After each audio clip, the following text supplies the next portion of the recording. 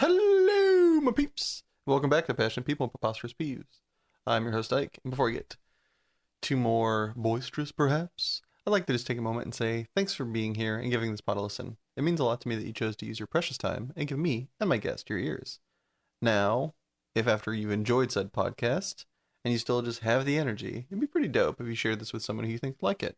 Or just subscribe yourself if you already haven't. That'd be cool. Or if you want to keep up with me, you can follow me at twitter.com/likeikes or at likeikes, as the cool kids are saying it. Nobody calls it X. Or you can always, I don't know why I said that. Or you can always message me at passionandpeevespodcast@gmail.com. I'd love to hear anything and everything you have to say, whether it be about the podcast, thoughts. I'm a silly goose, which whatever. Anyway, this is episode 10 of season 3. And to keep you guys dialed in on what's going on in my little blue ball, I am testing my brains out for the Magic the Gathering World Championship that will be happening before the next episode. So in that intro, you'll hear all the greatness that transpired. And yeah, I can't wait for it to be over. It's gonna be fun, but I am freaking out. Just really interesting. So this is a brief aside. So back in therapy, loving the heck out of it. My therapist is awesome, really getting a lot out of it. But it's interesting to see how much I'm able to know in the moment. Like when asked a question, when we're talking about it, I know the right answer to questions. The right answer is not the correct. I know what's healthy.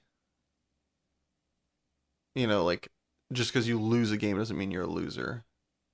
Just because, you know, you suck at something doesn't mean you should stop doing it. All these little things that are, you know, counter to the emotional response that I've kind of embedded in myself. But I still, it feels like it's 2 steps forward, 1 step back, or 1 step forward, 2 steps back. No, it's 2 steps forward, 1 step back. But it's so weird to know something, understand it logically, and then emotionally not. You know, like I still, in testing, there on our team there is one person who's playing one deck and the rest of them are playing another, and I'm trying out the one deck that one of my friends is just crushing with. I like the style, like the positioning, like all the little attributes about it, and I'm doing fine with it but not good, and I'm very vexed because he is just demolishing with it. He's just putting like numbers on the board. Last I checked he was like, oh yeah, yesterday I was 10-0, today I'm like 20-3. Like he's just like going off, just putting up boards, and I'm over here like dog paddling. And even though I know he's done work with the deck, he knows about the deck, and like he knows what he's doing, you know, he's kind of grandmaster, I'm, you know, lieutenant second class. I don't know if that tracks, but like I'm well spoken in the game, well versed, I know what I'm doing, and yet still I cannot break through this threshold. And that's fine. You know, it's not what I'd like to be happening right now, but it's not a bad position.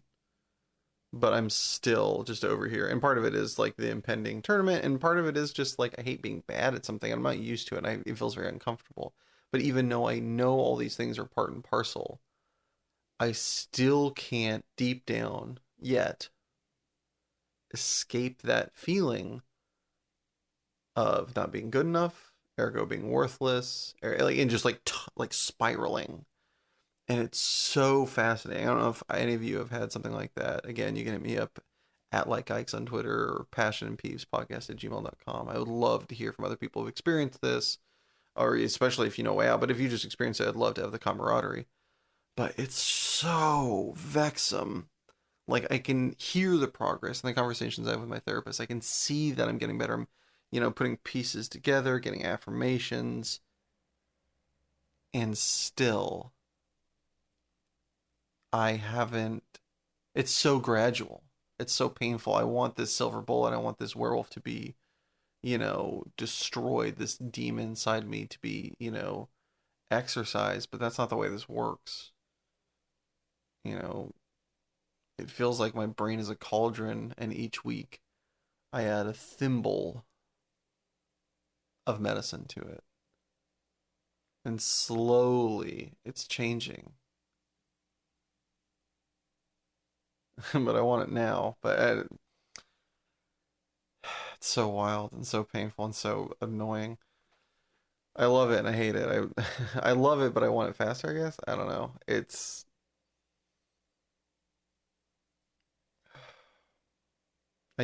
so weird to not want something that is, not wanting yourself, wanting change, but being inextricable. Like there's changes that you want that is like really hard to make. But I mean, maybe it's the same venue of like wanting to lift weight and it taking time because you need to build the muscles or something like that. Maybe that's a good corollary. But I want it to be like a hardware store where I can just change the equipment I'm using, just pick it up and set it down. I guess that's not what it is. Either way, in the midst of all that, kind of wallowing and freaking out, I got a great message from a friend of mine and downstairs neighbor, Kyler, and reminded me one of the best ways to kind of cure this kind of thing is to just chill with a homie and take it off. And just, went downstairs, had a beer or two, and just sat, laughed, and watched him play video games for an hour or so. And it really helped. It's kind of interesting how sometimes the best thing to do to improve at something is just take a step away and not tunnel, but rather, kind of come up for air. It's so contradictory to the way you would think it would be. Mathematically, that doesn't track, right? You don't increase the product or increase the sum of something by reducing the numbers. But I guess we're not all math.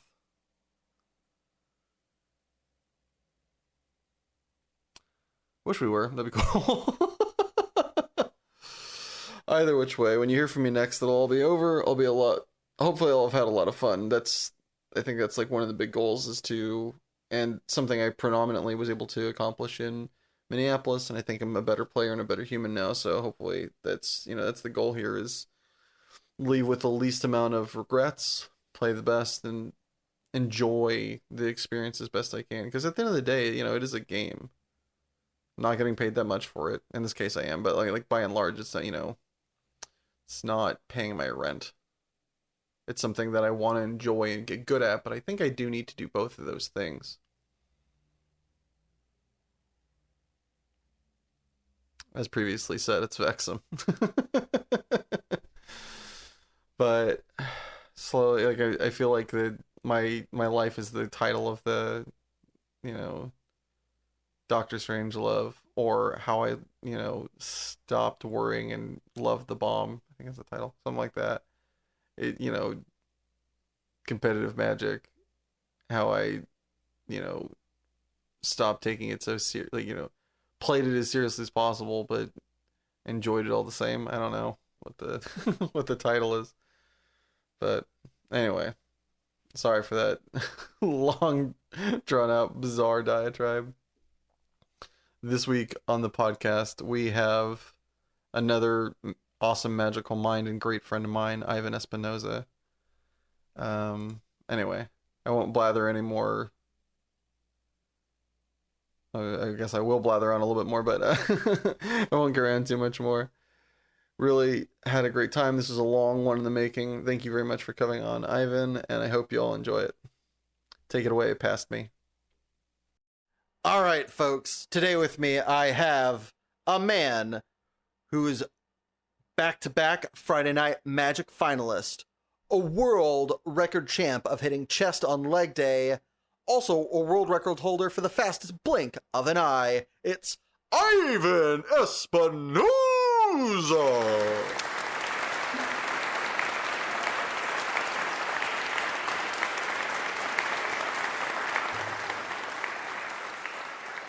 Hello.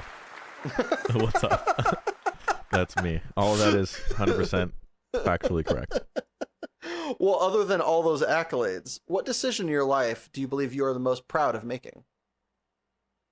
That would definitely be moving to Pennsylvania and chasing the Magic Grinder's dream, kind of. Essentially, in like 2019, I moved out with a couple friends. We packed up all of our stuff in our car and we drove to Pennsylvania. You drove to Pennsylvania from here in Los Angeles? Yeah, from here, Orange County, and they're from Riverside, Corona area. But yeah, we all decided Are to any move of them over there. still out there trying to chase the dream or living the dream, or are they all back here with you as well now? No. COVID put a wrench in that plan. Pretty fat wrench in that plan. Oh man, I forgot about that. Jesus. Yeah. That If you remember what timing. happened right after 2019, it was 2020. So I was so captivated by that Yeah. storybook ascent. Oh my gosh, yeah. what an L. Do you think if it hadn't have been for COVID that you'd still be out in Pennsylvania win, lose, draw? Or I think so, just because at the time it was like kind of win, and then it was lose, lose, lose, and then it was win, win, win, win. And it didn't feel like, it felt like I was progressing and getting better, and I didn't feel like I was going to be slowing down at that time. It was just like, I think right when Grand Prix Detroit got canceled because of COVID, I was on like a 6 tournament cash streak. And then I guess that streak continued because I didn't play any tournaments for the next year. So, but yeah, we're all doing pretty well out there. I think we're well adjusted and had our own little space to ourselves. And it was the first time any of us had moved out before. So it was nice. Why did you feel the need to move out to Pennsylvania as opposed to just staying out here in Orange County? So at the time, I had flown to like 1 Grand Prix per month. And it was a little bit costly. You know, plane flights were pretty expensive and travel costs and everything. And I would always go with the same people. But on the East Coast and in the Midwest, there's a tournament series called the Star City Games Circuit. And they put on these GP, I'd say like slightly watered down Grand Prix level events, where the pricing was comparable. And I'd say that the tournaments were easier on day 1, but harder on day 2. Than a Grand Prix would be, but you had more opportunities to cash. So it was every single weekend rather than once every month, and would be able to drive to these rather than fly. Oh, okay. Yeah, So and I that was the suppose thought. compared to Orange, it was probably a little cheaper to live in Penn. Right, and being able to drive just because there was nothing on the West Coast that was drivable, because of how far apart everything is. If you were ever to take part in a WWF styled event, or if for some reason Magic had walkout song options, what would you want your walkout song to be? Oh no! Oh, I know this one. I need to pull up my Spotify. I just like straight up Go for it. I've had it. Something about I know this one. Just It's got me. Love Sosa Love Sosa. by Chief Keef.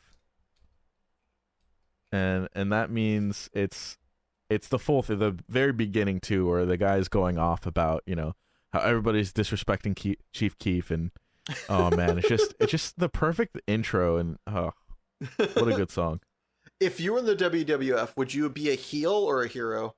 What is that? Oh, I guess I can infer from that. So heel is just like the anti-hero? Heel is like the villain. He's like, think of it like the Disney villain equivalent of just like got the best drip, got the best gear, got the best lines, but is morally corrupt, versus the hero who's, you know, super altruistic and, you know, stands up for what is right.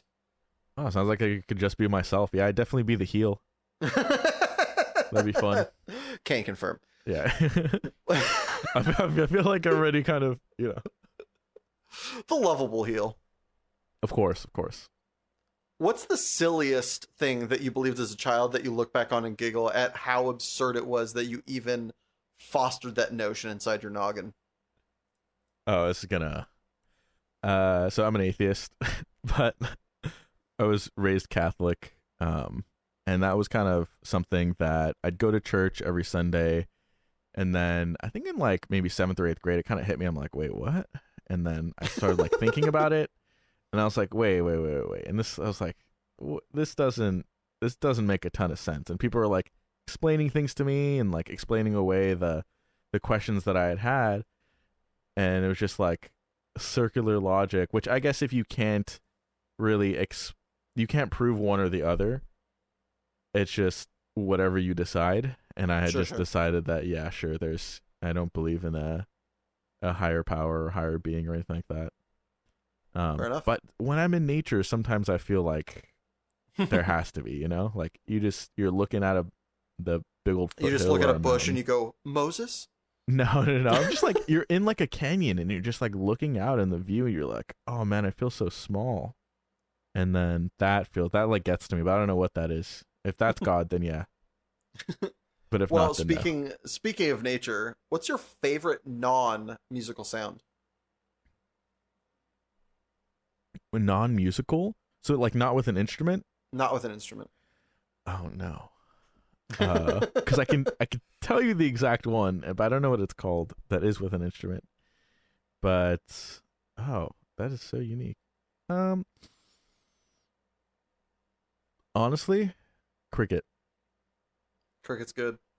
Yeah, hearing a cricket is just like, it lets you think, gives you time to think, and it's like, it is really funny how it's the best sound when you're out in nature, but if you're like up on stage or doing something and expecting, like, it's the inverse of like when you're, it's the go-to of like failure on a the absolute polar opposites. Like if you're in nature and you hear a cricket, it means that no one's around, because they say like crickets don't chirp when there's someone around. Yeah, they don't chirp to fend off enemies. They chirp for, it's a mating call basically. Exactly, yeah. And so like the definite polar opposite. So do you have a favorite industry secret or a term that's only used in your line of work?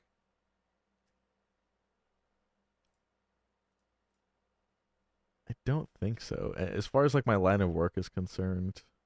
No. Well, let the people know at home. What do you do for a living? So I run an aquatics program for the local city.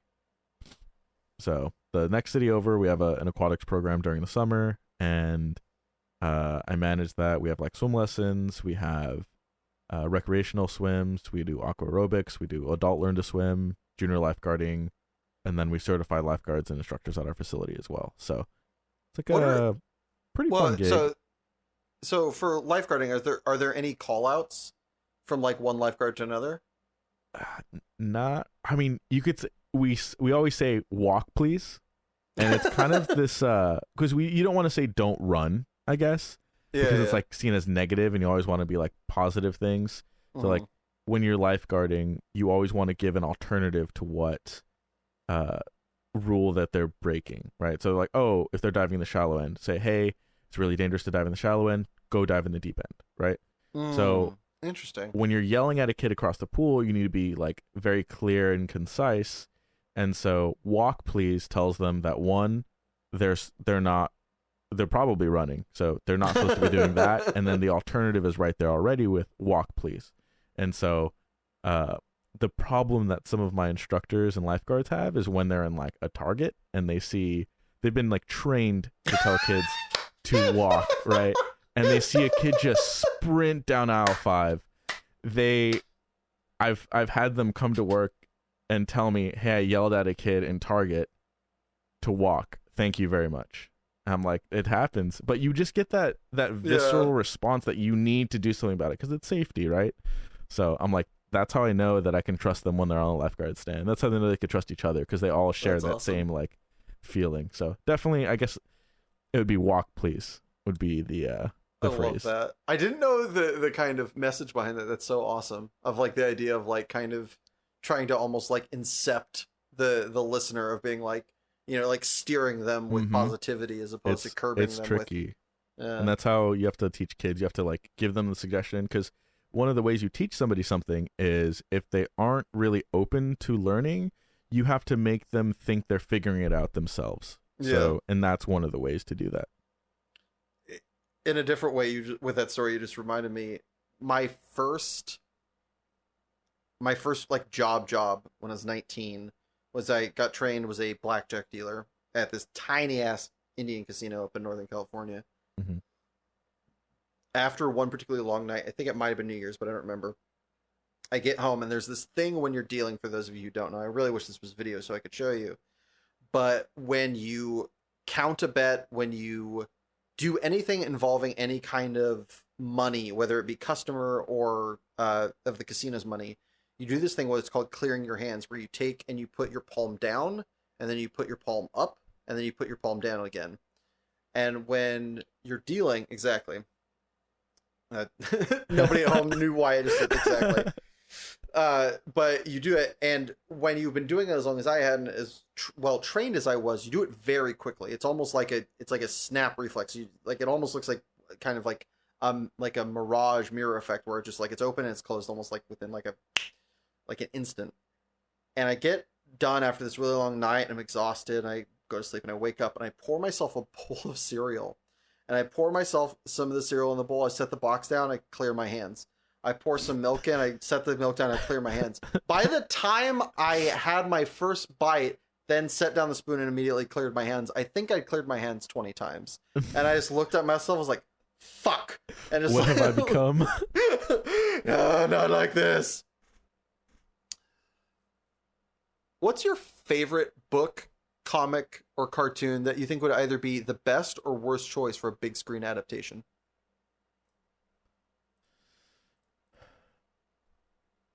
So I guess the answer would be Avatar: The Last Airbender, because we kind of knew how it went. It was I mean, we've got Take Two, Electric Boogaloo, right? The show so on hopeful, Netflix. but it's a live action, so it's gonna be it has to be either when you're doing a live action, like it's not gonna be medium, right? It's gonna be really, really good because they pour their heart and soul into it.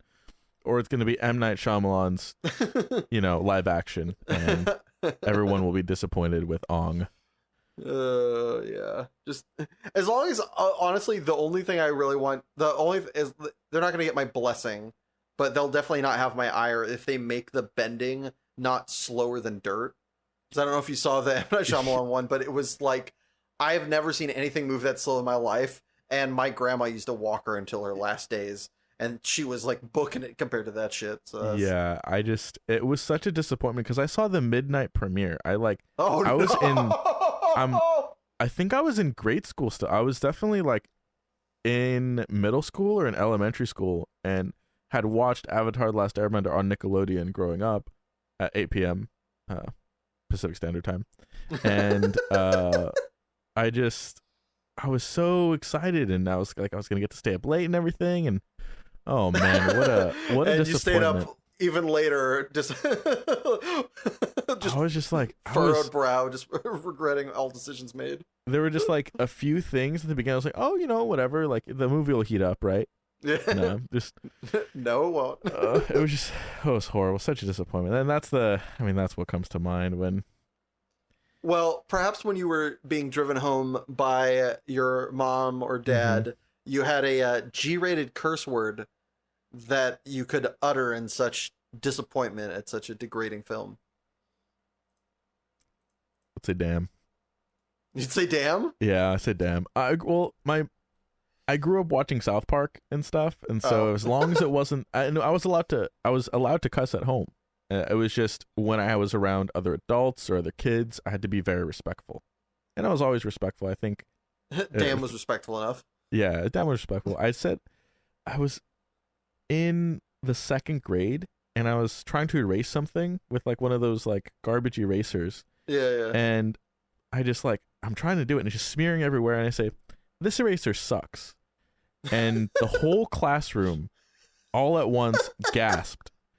And all the teacher and the student teacher or the teacher's aide said, "Ivan, you cannot say bad words in class." And I'm like, in my mind, I'm like, what the fuck is she talking about? I'm just like, what did I say? Did I slip? I was like, what? Even in second grade, I was like, did I mess up? Like, I wasn't sure. I was like, shit, what did I say? And I was like, I was argumentative, obviously, because I'm just like, I'm watching South Park. I know what a cuss word is. You were watching South Park in second grade? Dude, yes. It came out in 97, and so did I. I know when it came out. I'm just like, damn. But yeah, I mean, I remember I watched it, and we recorded it, and it was on our little, we saved the VHS recordings of it. So I'd watch those over and over again. And a lot of the jokes obviously like went over my head, but I do remember thinking like, oh, this is cool and this is funny. But yeah, just probably guess sucks or sucked would be a good answer, but I don't know. What's the best or most memorable piece of advice you've ever received? Yeah, I think we'll have to circle back to that one. I guess if it was memorable, I'd be remembering it right now. But I've received a good amount of solid life advice, and we can circle back. That's what. Yeah, I probably have to figure out what piece of that advice I've taken. Well, on the kind of flip side of this, do you have a favorite myth that you like to or find yourself most commonly dispelling? I'll pass on that one too, or I'll circle back to that one, dude. I don't know. I'm drawing a blank. There's definitely things that people say all the time that I'm like, pushes up glasses. Actually, like, you know, like, and I just can't think. Well, hopefully you know this one. What's the proudest accomplishment that the Fuse people know of? I guess last month actually, I performed CPR on a child that had drowned and was unconscious when I pulled him out of the water. And the fear and the panic and the adrenaline that was coursing through my body was unlike anything I'd ever experienced, and I hope to never experience again. But when he finally turned over and started coughing and crying and trying to crawl away from me, I was just so relieved. And during the time I was, performing CPR, I was on the verge of tears. I was just like, is this really happening?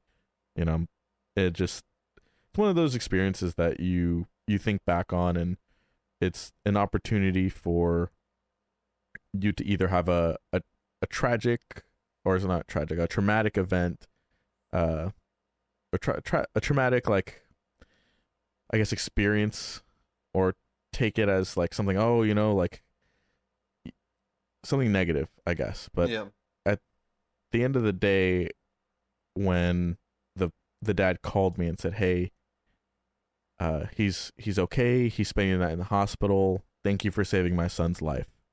That is like, I've never accomplished anything greater than that. And some fucking Superman shit.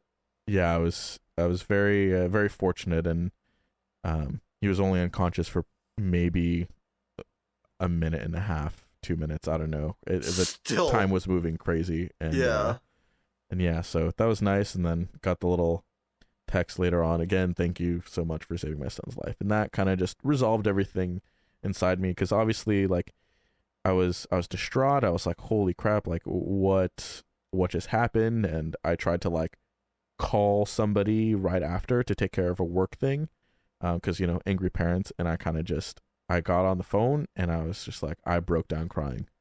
And thankfully it was like one of the parents or whatever that was very understanding and I had a good relationship with already, and she was like, hey, like, why did you call me? Like, you need to take time for yourself and do this. And then all that happened, I realized he was going to be fine. There was no brain damage, and cognitively he's sound. So yeah, I just, after that, text from his dad, call from his dad, it really cleared things up for me, and I was just I was good after that. So yeah, definitely interesting, because it's a very recent accomplishment, but it's still fucking crazy. Yeah. Do you mind if we feel free to say no to this, because this is there's a lot of emotion and touchy subject, but do you mind if we delve more into this? Oh, not at all. Yeah.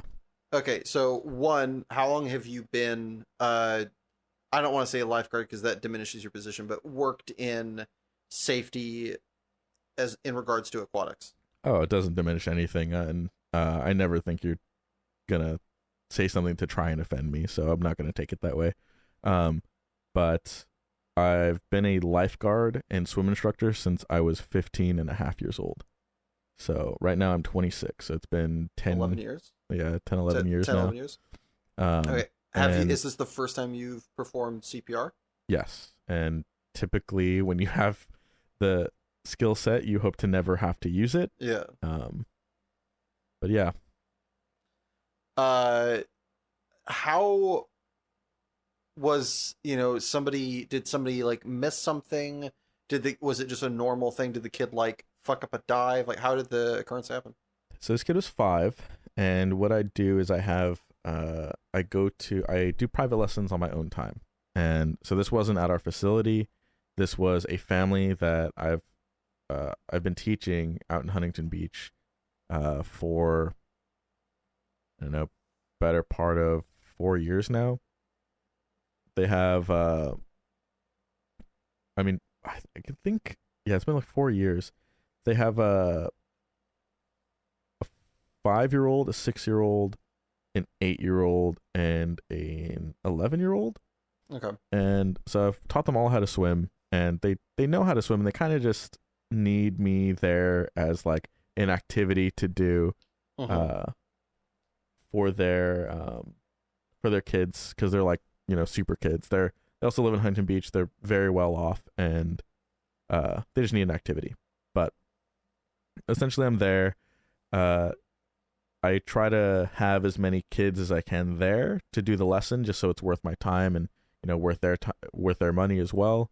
And they'll invite their neighbors over, they'll invite their family friends over, and I'll just give them swim lessons. And this was a kid that last year he was 4, and so he was just very scared of the water. He hadn't been exposed to the water very much, and he didn't speak English. He speaks Vietnamese, and it was difficult for me to communicate with him at that young age, and with the language barrier, the only thing I could do was just like have him in the water, and he would just bawl his eyes out and cry. And we tried that for a few lessons, and when that didn't work out, we said, hey, let's wait till he's a little bit older, when he has a little bit more, control of his body, and a little bit more, a little bit higher comfort levels with Mm-hmm. just everything that's going on. And parents like, yeah, let's do it. And then I know over the course of the year, they had like taken him to some swim courses.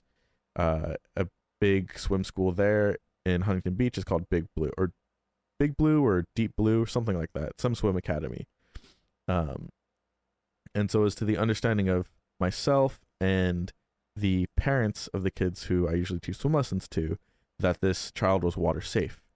And water safe means that if the kid falls into the water, they can safely get themselves to the edge, or they know how to take a breath, or they know how to flip on their back.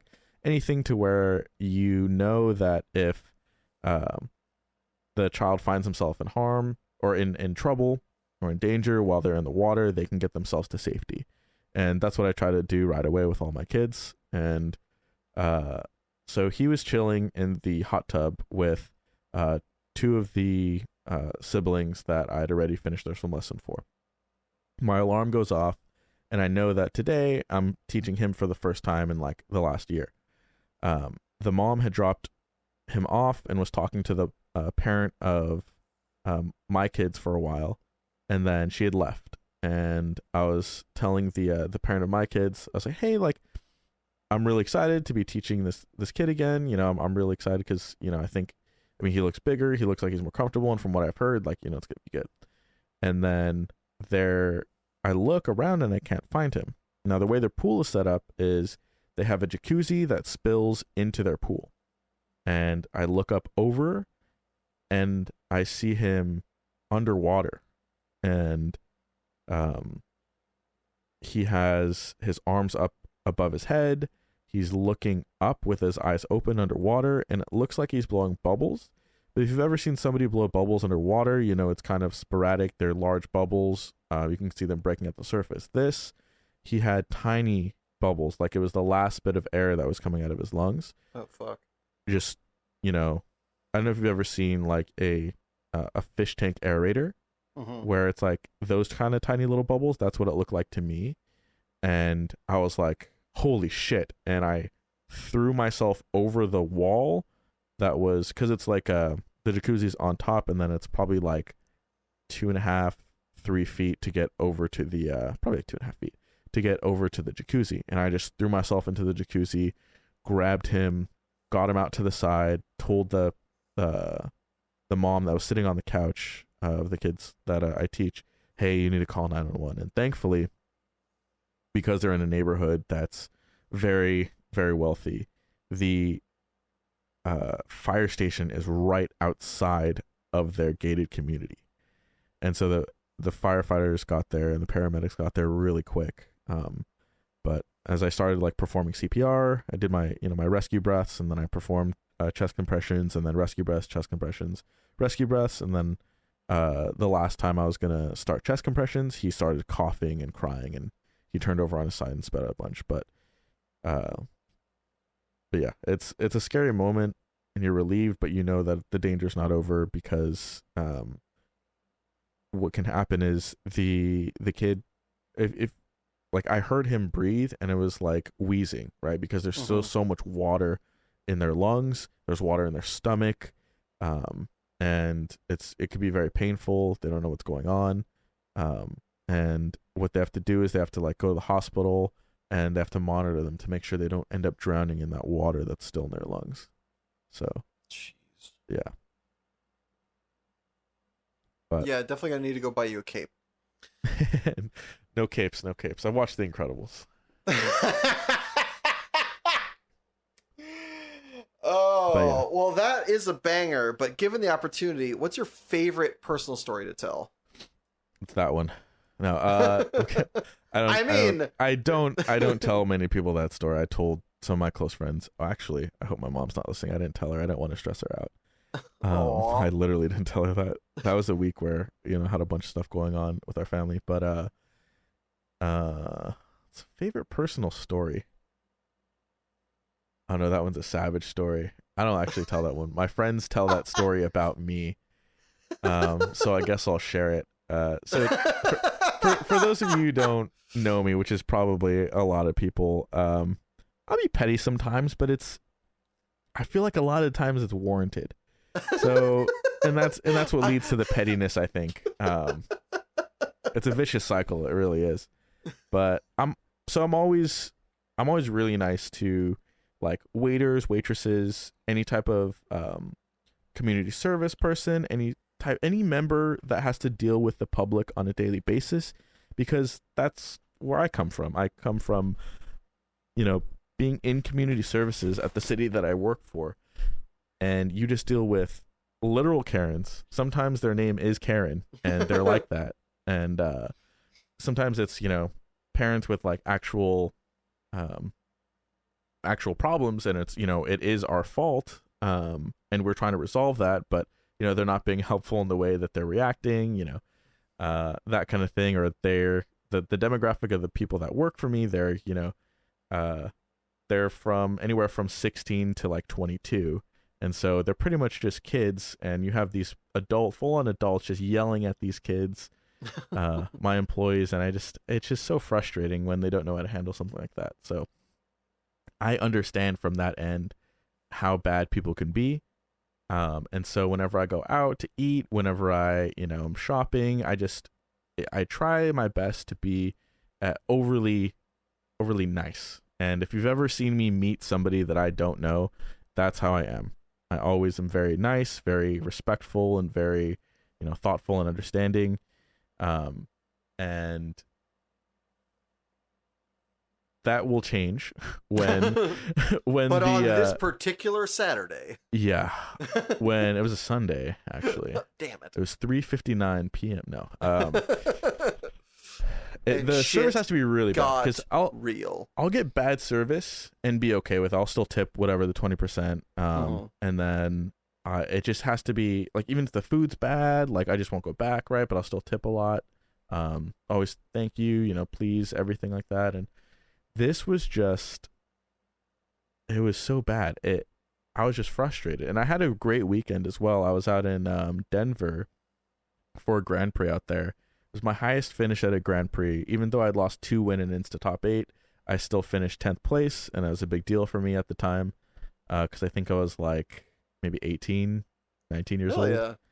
And I was just like trying to find a place to eat, and I was like, dim sum. Let's get dim sum. And all my friends are like, yes, dim sum sounds amazing. So, and dim sum is my favorite food, like, category, just because it's so good, and I grew up with it. But we find this place, and I ask them for this. It's called like a crescent dumpling.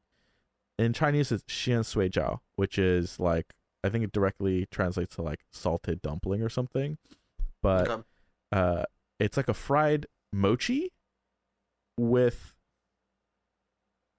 pork inside. It's like really good. It's so good. And it's Wow. like the Yeah. texture and everything, and when they're piping hot, they're really good.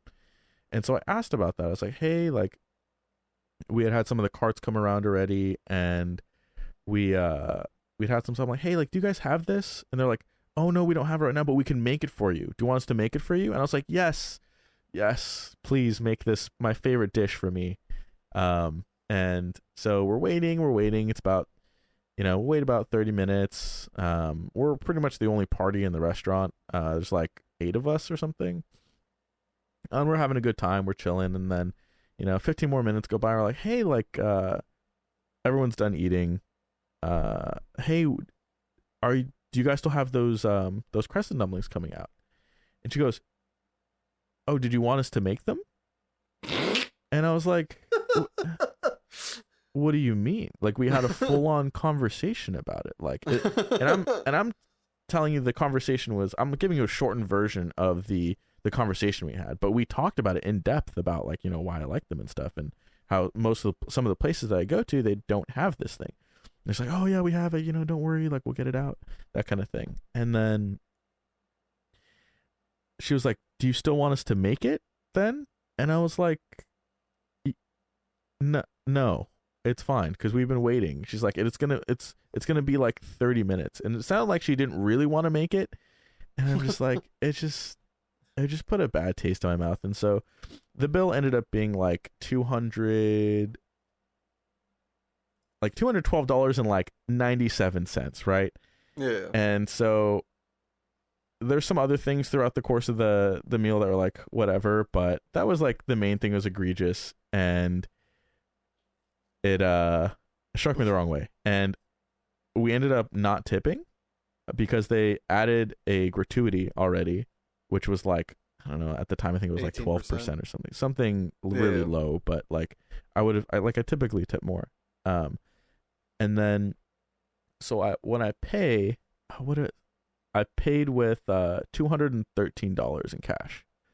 And she's like, okay, thank you. She puts into the register. I'm like, I look at the receipt. I'm like, wasn't it $212.97? And she goes, oh, yeah. She just like, act like she, forgot or whatever. And she gives me the 3 pennies. And my friends are just behind there watching. They're like, yeah, they know how mad I am. They're upset themselves that they had to wait there as well.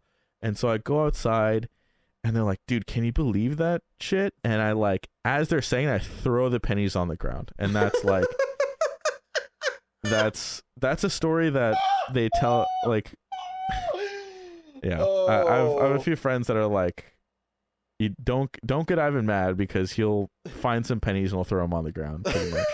But like, that's the only time where I was just like, oh my God. And I haven't had any experience like that since. Even the last time we went to a restaurant we go to all the time, when the service was terrible, like the food wasn't great. We didn't like waiting nearly an hour to get, oh, you wanted that is that was like after we were done eating too. Yeah. Like we'd been eating for about 20 minutes when I asked them, because I was like, oh, maybe they have it, whatever, in the off chance, right? So we're there for a while, and it's like, what are we doing? Like, our flight's at like 10 p.m. or whatever, so it's not like we're not in a terrible rush, but it's just like still horrible. But yeah, that story gets thrown around a lot, and I don't like telling it very much, because I was a kid, like 18, 19, but I tell them, I'm like, I've changed a lot. They're like, dude, I didn't know you back then, and if somebody told me that story, like, again, I'll know for a fact that was you. Like, if someone told me that story and said, "Guess who?" they would say it was me. So, you know. Well, while we're on the topic of food, do you have a favorite meal you like to make just for yourself, assuming cost and time are not relevant factors? Yes. Well, the cost and time are relevant factors, which are not relevant factors. You are in the Richie Rich hyperbolic time chamber.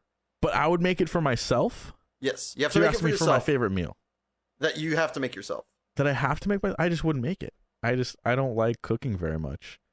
And so the joy. So we're talking like a PB PB&J. No, definitely not. I don't like peanut butter or jelly very much. I'll eat peanut butter if I'm very hungry, but jelly, it's the consistency and the taste. It's just not about it. So what do you make for yourself, food? What's your go-to meal to make just for yourself? I take either lean ground turkey or lean ground beef. I put it in a pot. I cook it. I season it, and I eat it. It's perfect. The classic hunter-gatherer dilemma. Think about the macros there. It's like, I think I do 93% lean, 7% fat or something.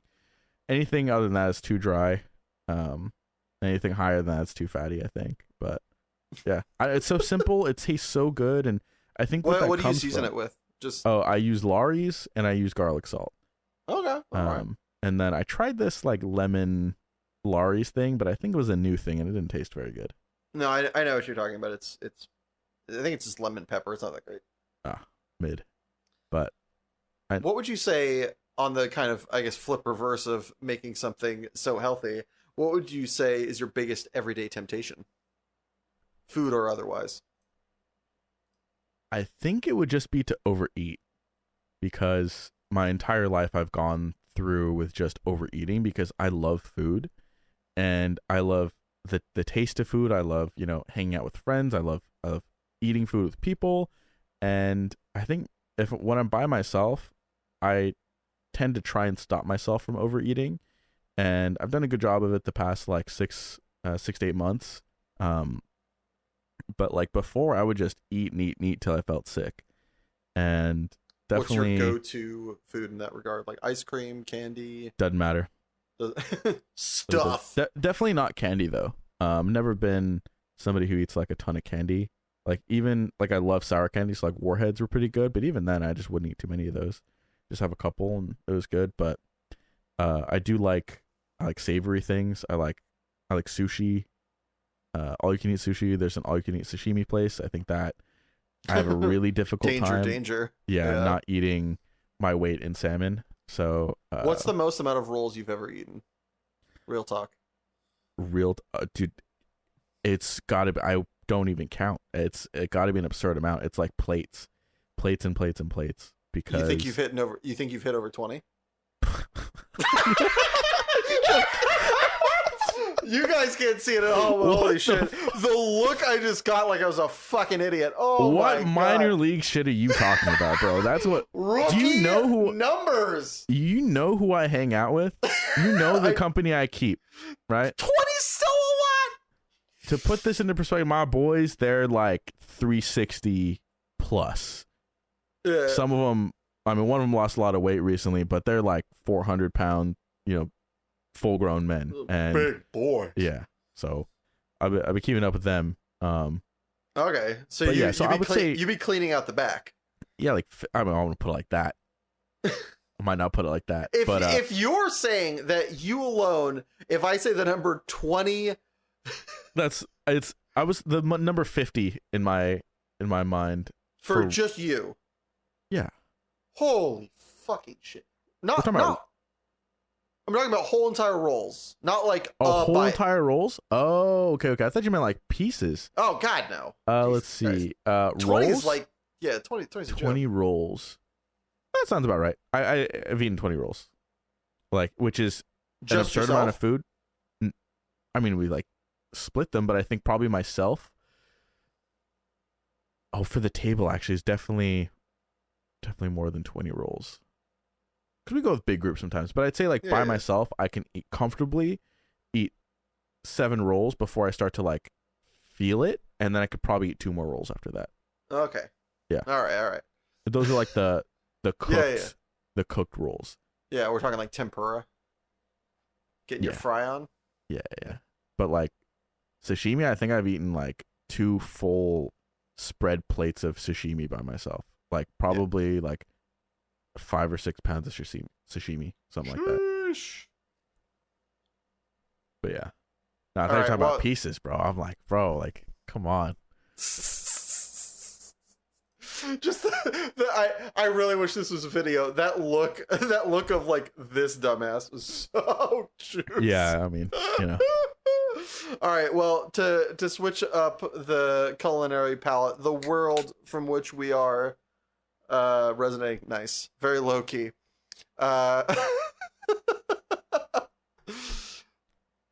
Fuck, marry, kill, fork, knife, and spoon. Okay. Gotta marry the fork. Yeah, gotta marry the fork. If it's...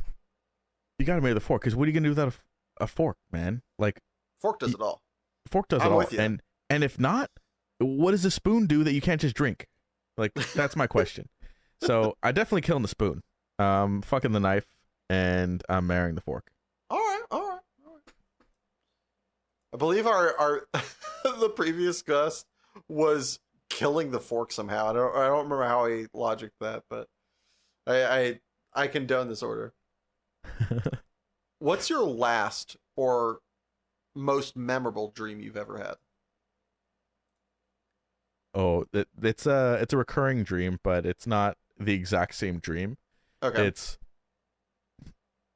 a dream. I don't know if you've seen the first Incredible Hulk movie where they had like horrible CGI with Eric Bana. Yeah, I don't know who that is, but there was he like Eric threw a tank Bana or and Nick Nolte are the 2 actors in the movie. Sounds about right. We're talking about post. It's the guy that did Crouching Tiger, Hidden Dragon. I got you. Wait, is it? Yes. But is this pre or post Lou Ferrigno? This is post Lou Ferrigno. Okay, yeah. That one. It's he can't fly in that one. He just jumps really high. Yeah. But I have this dream where I know that I'm able to fly. I can fly, right? Okay. But I can only jump that high, and then I keep going back down to the ground. Okay. I've had this dream throughout my entire life since seeing that movie. That's so wild. So you're just jump flying that distance from the ground? Yeah, it's like you feel like you are... It's like those dreams where you're like you're running, but you can't like run, you know? Yeah. But it's like that. It's like I know I can fly, but for some reason I can't fly right now, and I'm only getting high enough to where I'm like falling back down. And I'm sure that has some deep metaphors, deep meaning or something in my life, but I don't know. For right now, you're just kind of the Hulk. Yeah. Exactly. All right. Well, perhaps the Hulk can give us his best or most memorable piece of advice he's ever received. Nope. I would say it's literally just follow your dreams, which sounds so cliche, but it's what I've done in my entire life, and I haven't had a ton of success like career-wise as far as just like, you know, moving up the ladder or anything, because at my job, like that's it. Like I manage the aquatics program and that's it. Like I could do another aquatics program, but that's like not why I'm there. But as far as like magic, I moved to Pennsylvania to chase the dream. You know, I've done the stuff. I've done what I enjoyed. It was like, oh, actually, maybe it's like do what you love, which I guess is in the same boat as like follow your dreams. Because like, I mean, it's only in the same, and this is very much a compliment, mm-hmm. but it's only in the same like kind of venue. It's only in the same vein as that if you have the courage. Because so many people do what they like. Some people even do what they think they love, but they're not willing to take that risk and follow their dream. They're not willing to move to Pennsylvania. They're not willing to just put all their hours into this thing that, I mean, like both of us play this game at a pretty high level. The reality of success in Magic is very low. Right. And so to take that gamble, to take that risk on your time, on your money, comparatively, like, I mean, if you invested not, and this is in no way a diminishment of your success and of your chasing it, but if you took all the time and all the money you spent and had just, I don't know, like invested it in the most like kind of menial way possible, you would be a millionaire right now. Oh, absolutely. Yeah, it wouldn't even be close. If I took all that money I spent on Magic cards, put it in a Roth IRA, even like for a small amount of time that I have, 100%. Yeah, from the 18 to 26. Yeah. If you had just every month, like instead of going out, you had worked a job that wasn't, toxic to your life, done something like super small that you're like, yeah, this is fine, and just put all that money in a Roth, you would be retired right now. Or like basically retired. All that money, half the time even. Like it would just, if I just committed to something else or was in a different like esport or something like that, like I know for a fact I'd be very, very well off. And maybe if I hadn't had the experiences that I'd had up until this point in my life, I would be wanting to have gone back and done it differently, right? Because right now I look back and I say, okay, well, I could be a millionaire right now, but I got to do all these fun things and I still have the opportunity to become a millionaire at some point in my life. Maybe not as rich as I would have been if I, kept my head down, didn't enjoy life for a while, and just really focused on, making my career, figuring out what I wanted to do with my life, essentially. Yeah. And for me, I've never really had a dream of what I wanted to do. Like, I feel like a lot of my friends have always been like, oh yeah, I want to be a lawyer, right? Yeah. And those friends went to law school and they're lawyers now. Oh, I want to do real estate. They, got their degree and then eventually like took their real estate license and just like did it. And they got the degree just to get their degree, that kind of thing.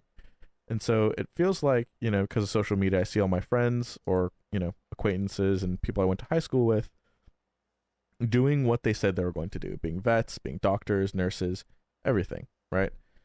But I know that their life going up to that was a tough one, right?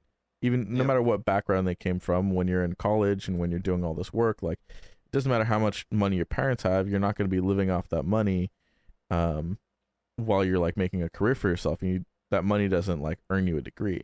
So I know they're working hard. I know they're like putting their social lives on hold. They're, making sure that they're set up for their future.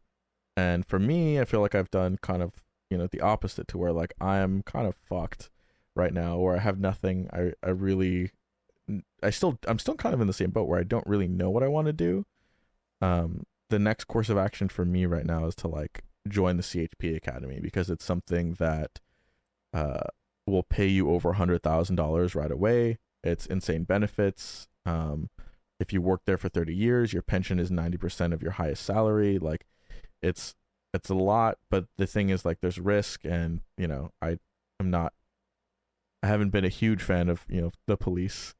But at the end of the day, like it's just something that's there, that's immediate. And to me, like I'm, for all intents and purposes, I'm uneducated, right? I dropped out of community college.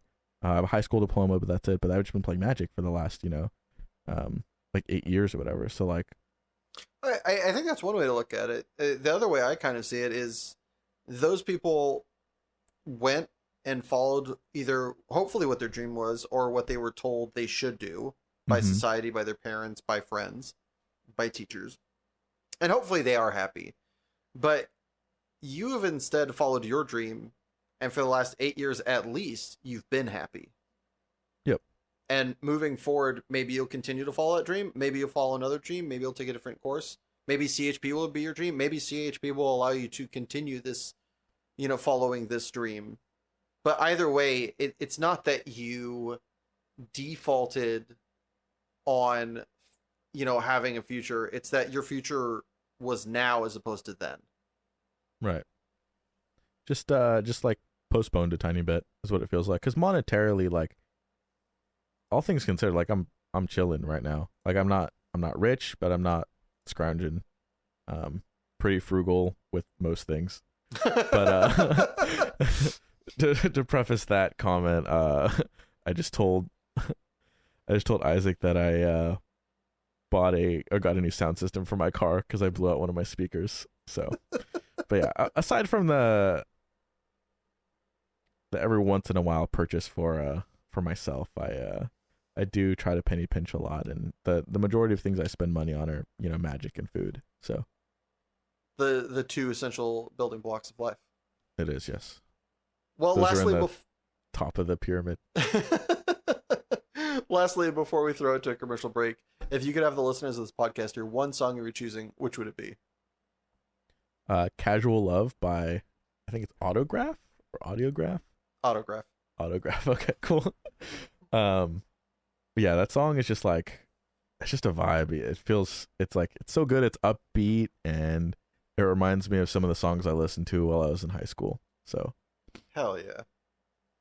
And with that, we're going to throw it to our first break. Feel free to stick around and enjoy this totally real commercial, or take a minute to enjoy Casual Love by Autograph. Or if you really wanted to hear a song from a previous episode, check out the playlist on Spotify. Passionate People and Preposterous Beef Podcast, Song Rex. It's a long title, I know. Don't worry, there's a link in the description. Either way, see you in a jiffy. Have you ever wanted to kill a small woodland creature or break a window but not had the physical strength? I know I have. Now introducing Rock. Rock comes in a variation of sizes and ready to use. Simply put Rock in your hand, raise it back to ear level, and release. See? You've got it! This ad does not condone the violence against small woodland creatures or windows, nor will it be held liable for any inability of use when coming into contact with paper. Welcome back, everyone. So, Ivan, what is your passion that you've brought with you today? my passion, it's Magic the Gathering, of course. Whoa, who could have told? Yeah, I play this little game called Magic the Gathering. It's a trading card game. Isaac plays it too. That's for kids, isn't it?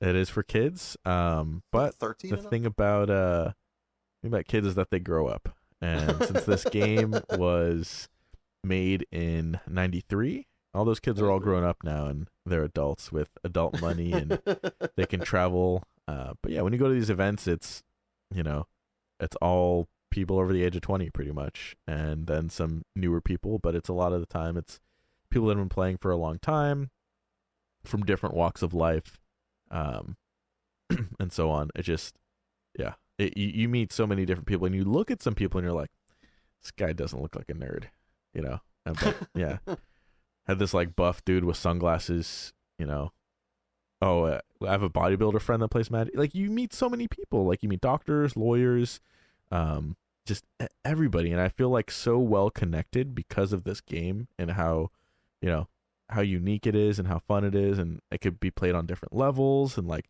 so easy to learn and so difficult to master. It is truly the hardest game. Forbes does tend to agree with you. So when did you first get introduced to Magic? How old? What had just come out? How did you get bit by the bug? So my first time playing Magic was actually, I think, 3 years before I started actually playing it. I had, in high school, I had a friend group, but they were all seniors. So I was in band, marching band, or whatever, and that's a mixed grade level class.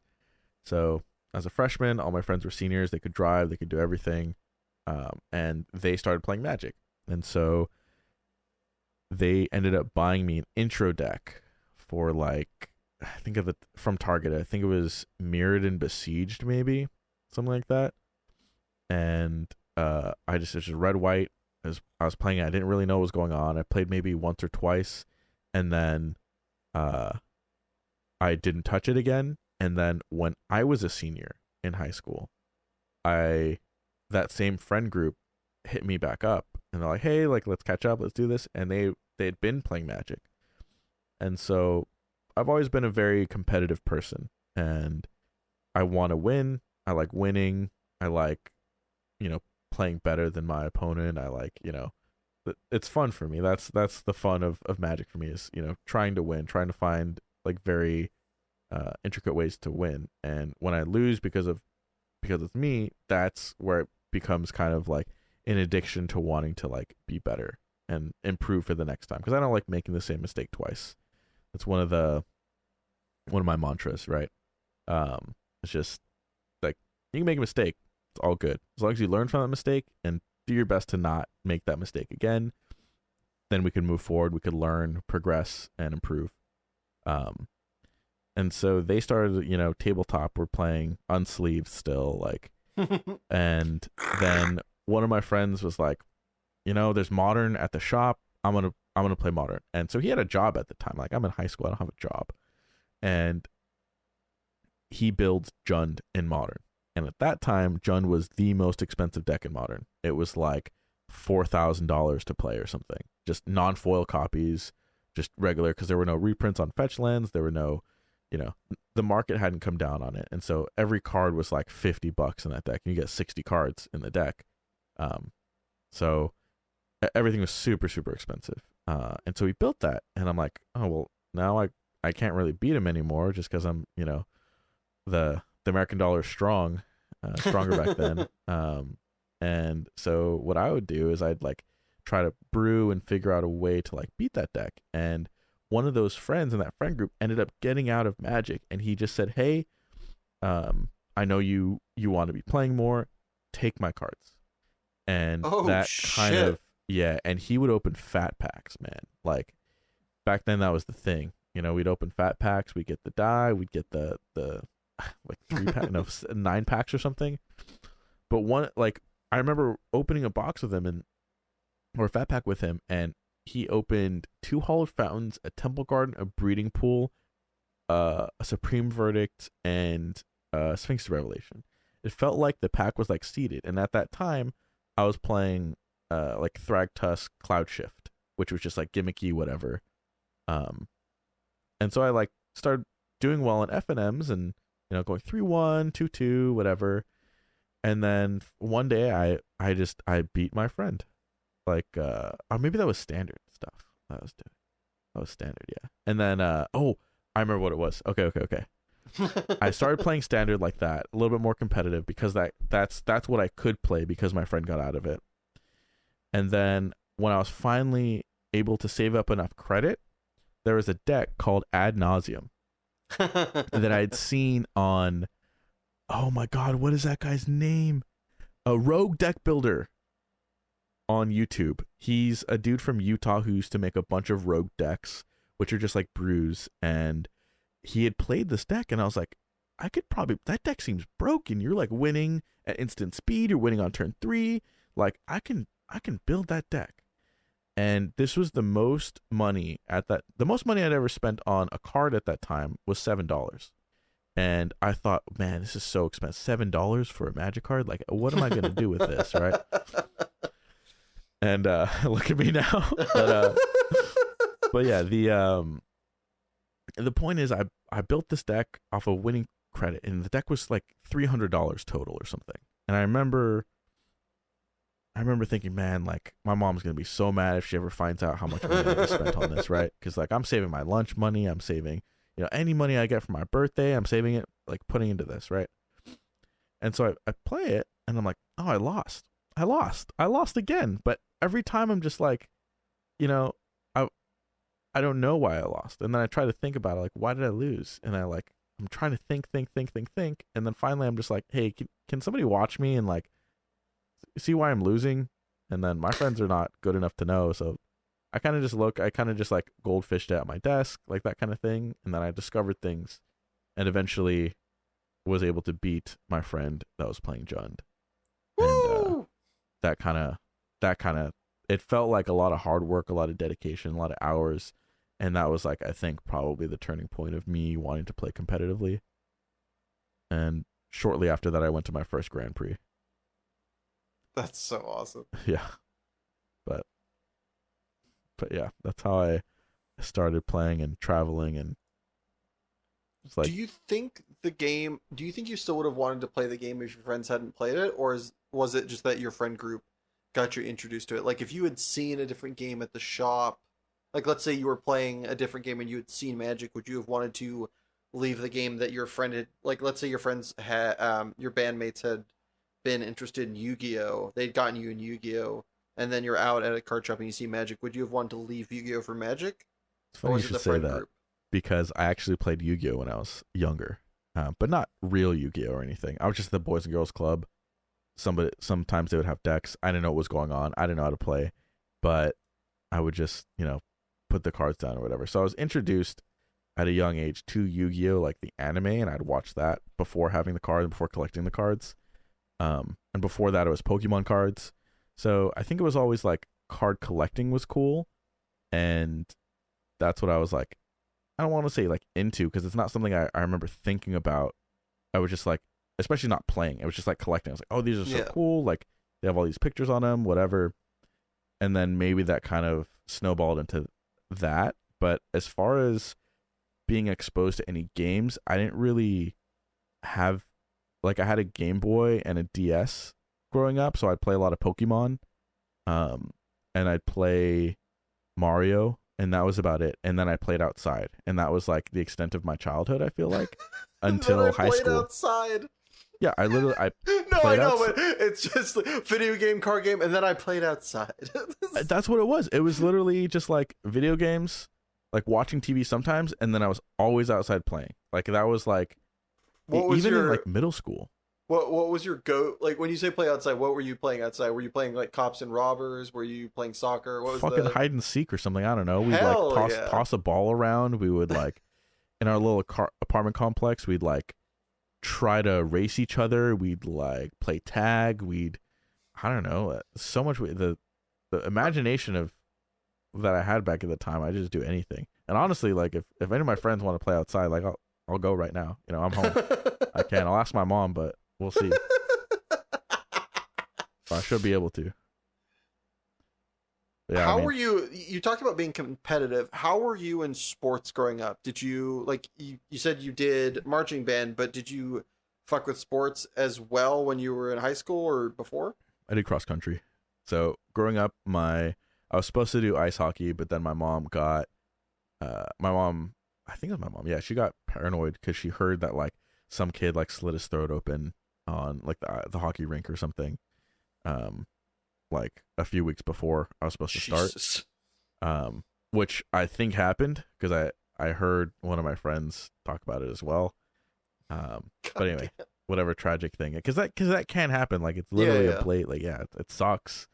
But like all the sports have hazards, right? No, no, that's just fucking tragic. But yeah, so I didn't do that, and then I didn't do sports in. I think in 8th grade I started to do cross country because that's when I started losing like weight. I was I think I was like 4'10" or something in like 6th grade, and I was like 100. I want to say like 150 pounds. Little little meatball, little basketball. And then and then my growth spurt hit. I remember going from 7th grade to 8th grade and like probably like 6 inches or something, like just grow, like something stupid, like probably not, but it felt like I was very tall at the end, and I kept growing. And I thinned out, and in high school I did cross country and track until I broke my ankle. Oh fuck! I'm sorry to hear that. Yeah. Have you, after picking up Magic, did you ever like look at other games, try other games out, or was it just like, nah, this is it?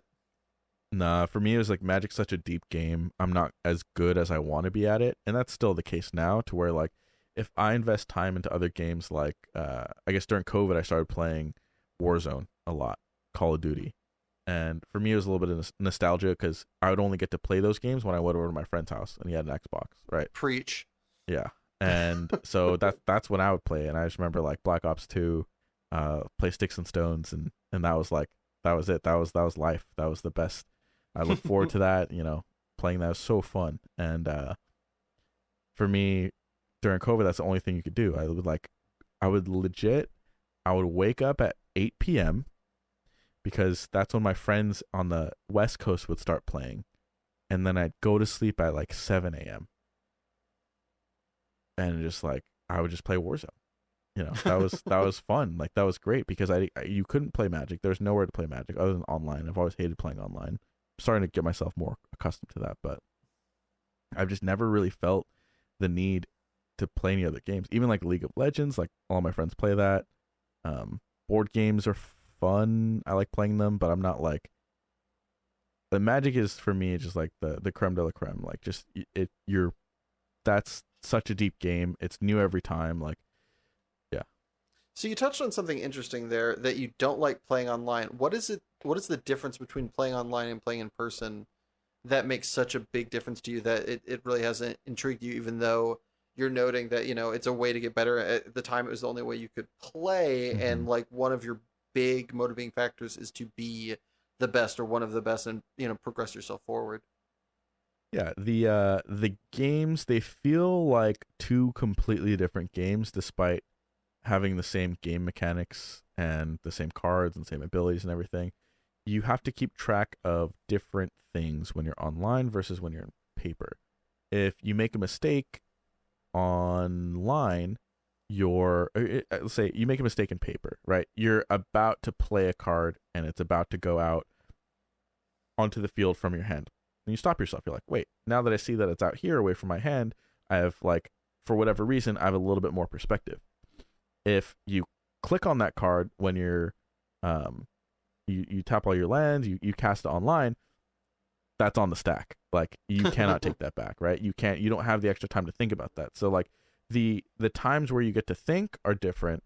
The amount of time that you have on your turn is different because it's a chess clock online, whereas in paper you have it's on you and your opponent to make sure that you guys are both playing at a reasonable pace to be able to finish the match.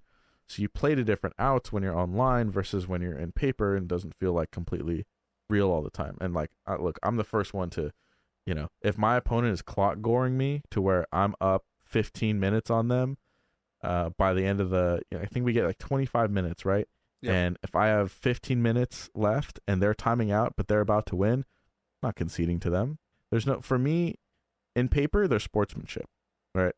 Online, it feels like there's no reason for there to be sportsmanship because like it's all for money. You're playing against somebody on the other side, which is a person, but like you can't see them. You're not having a conversation with them unless they're salting off in the chat or them in real life. And in person, you can see what they're thinking. You can see the things that you expect them to have, how they're playing, how they drew their card, how they're tapping their lands. They can like tap their lands a little bit and they're like, wait, I don't want to play that. They move the card to the like another spot in their hand. They're thinking, they're like, what could they have? What makes sense? And then you realize like you're able to figure out what they have just by looking at their body language if you know what's going on. Whereas online, you can do that sometimes, right? Because if you have a pace of play online with your opponent, you're going back and forth, and all of a sudden they stop. Could be one of two things, right? I guess one of three things. They could have dropped dead. The other thing is they could be thinking, right? Or they just the fucking doorbell rang and they have to go get it. Like it's hard to know and get like reads while you're when you're online. And I'm not saying that like Magic is all about, getting a live read. It's a very utilizable resource of knowledge. But it really is. Like I can tell when my opponent draws something, I know what to play around because if you play something and they have a counter spell, they're going to stop you and they're going to think, right? They're going to think quick, but they're going to be like, yeah, that's good. Whereas before, like if it's online, you don't get the, yeah, that's good tell, right? Because let's say they didn't have a counter spell before, you cast a spell in there and it just goes into play, you get the ability, right? But now all of a sudden, after they've drawn a couple cards, you put a spell on the stack and they kind of stop for like a brief second. They say, yeah, that's good. Now you know that now they have a decision or they're bluffing, right? And it makes more sense that now they have a decision because they probably drew a counterspell. Like that small thing lets you know that, hey, now I should bait out a spell. I should play a medium card before I play my like better card if I'm double spelling in a turn. And it's just like, it's beautiful. You get to use everything you have available to you in order to try and win the game. The cool part about online though is that you get to find out rules interactions without having to have a judge, and not having a judge is nice. But then there's also like glitches and stuff, and that's not fun. But I understand that it's a program, like it's an old program too. Yeah. Like I don't really care about the interface very much. Like it's kind of perfect, but yeah, it really feels just like two different games, and I like talking to my opponent quite a bit. Can confirm. What is the not perfect day, but what is the kind of average day in the life of Ivan Espinosa Magic competitor? Like when you're out playing in a tournament that matters to you, whether it be, pick whichever size you want that you fairly regularly play in. If it's like if I'm traveling, I need to do well. And I found that when I put that stress of I need to do well, it really helps me focus and do well. If I think to myself, whatever, like it's a local event, like whatever happens, I'm just here for the dinner, right? Mm-hmm. I'm not going to do well at that tournament because I'm not playing tight. I'm not focused. I'm just thinking about food. Right? And when I go and travel, obviously that's a big pull is that like, hey, you get to have dinner in a cool new place with all your friends, right? And you get that experience. You get to share what happened in the day. Like it's nice, something to look forward to. But when you're in that like convention hall and you got those LED lights shining down on you, you're wide awake, you're focused, you're locked in, like you're gonna play well. And the expectation is that, barring any catastrophic variance, like you're gonna do well if you're playing tight, if you practice, that kind of thing. So if I'm at a big event, my expectation is that I need to day 2 and then I need to top 8. Whatever record lets me do that. Because the way I see my records are, if I'm playing as well as I can't catch any mistakes that I'm making, then that's good enough for me for that tournament. If I'm practicing, then that's a different story. I'm going to be looking and like trying to find it. But if I lose a game and I decide like, hey, like I didn't need to like do that, I'm not going to like beat myself up about it on the tournament, like get in my own head. I don't try to think like that. But all right, let's say you're going to when's your next major tournament that you're going to? What's the next NRG or the Star City Games? Going to Vegas. Okay. So going to Vegas, when the first tournament that you're going to play is on Saturday or Friday? Friday. All right. So you're going to a tournament on Friday. When are you leaving? I'm leaving Thursday, hopefully in the morning. All right, so leaving Thursday morning. Are we going to bed early Thursday night? There's a large grin on my guest's face right now. So, I have played tournaments sick, which is bad. Don't do that. It's not good for everybody else. Not good for your own health. I've played tournaments on no sleep. I've played tournaments on full sleep. It just depends on the nerves. It depends on what I did the day before. It depends on there's a lot of factors. And I don't think that my performance has been better or worse anytime I don't get sleep, or I do get a lot of sleep, or I'm sick or I'm not sick. Honestly, it feels about the same. And I've never felt like any cognitive fog while I'm playing. Other than if somebody is like whistling or something or talking about that. But that's maybe more on that later. Yeah, more on that later. So I'm really locked in, so it doesn't really matter. All right, so we're feeling good. We've got the deck du jour. We go to the tournament the night before. We hopefully get enough sleep, but if not, whatever. We wake up Friday morning. How if the tournament is at, let's say, 11 a.m., when is optimal time for you to wake up? When is optimal time for you to get breakfast? Depends on where I'm staying, but try to either, if my friends are there, I'll eat breakfast. Otherwise, during the week, I never eat breakfast. The only time I eat breakfast is when I'm going to dim sum, or when I have like dinner or breakfast planned with friends that want to go to breakfast. And oftentimes I'll just not show up to those because sleepy. Game time. And I value sleep more than food. So we're just going and like take a shower, brush the teeth, round one, or like coffee, water, juice? No coffee, no caffeine. Okay. I don't drink. I try my best not to drink caffeine is what I should say. But if I have long drives, I do. But yeah, I just pretty much, I mean, for all intents and purposes, I raw dog the tournament. Like no food, just water? Yeah, no food, just water. Again, it's like I'm hyper locked in. I got ADHD in the opposite way, because I know some of my friends, they have ADHD where if they can't tune out the room, like they hear everything, they hear people's conversations. When I'm playing, I don't hear anything. And it's kind of, maybe it's working with kids, sounds like fucked up, but working with kids, you learn how to like tune things out. Because if there's babies crying, there's kids screaming, like you know, unless it's like help, right? Then that kind of like snaps you out of it. But if it's like all that commotion, you need to be able to think. And I've always just been able to tune anything out that I can, to the point where like if I'm thinking and somebody's talking to me, I know they're talking to me, but I'm not listening to what they say because I'm focusing on like finding the line or whatever. So I guess I just go no food because I don't feel hunger when I'm at tournaments unless that like focus in between rounds breaks. But I don't know if you've seen me, like I try to keep playing Magic in between rounds. Like I'll play my match, usually don't go to time, but then like in between rounds there's like 20 to 40 minutes of time, and in that time I'm either playing more games of Magic or playing variants of Magic. I'm just trying to keep my mind active without breaking my focus and feeling the the effects of not eating and not sleeping. So all right, so tournament day one of the tournament's over, going out to dinner with the homies, clearly filling up from all of that we've burned throughout the day. yeah. Crushing 9 rolls of sushi, which whatever. Yeah, whatever. How, are we going to bed?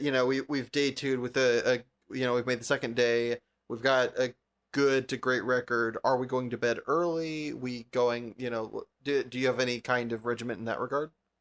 I pretty much just go to bed when I'm tired, and the times when I'm tired are when I wake up or when I'm completely exhausted. So it doesn't always get to, and you think by the time that 9 rounds of the tournament or 8 rounds of the tournament has spent all day, you're out, you barely got any sleep the last night, I should be tired, right? No, I'm not. I'm so used to that kind of like degenerate lifestyle at this point. When I'm going to tournaments and traveling and stuff, I'm okay with just running on fumes essentially, and I can do that for 2 or 3 days in a row and be okay. But yeah, it definitely after the tournament on day one, it kind of like hits me, and then I'm like, holy shit.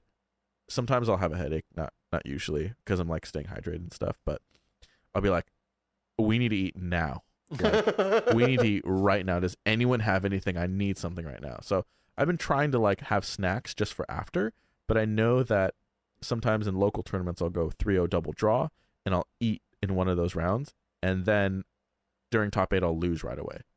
And I think eating kind of relaxes me, and it tells me, hey, tournament's over, right? Because that's what I'm so used to. And so that kind of, for me, that's something I've kind of like pieced together about, playing local tournaments.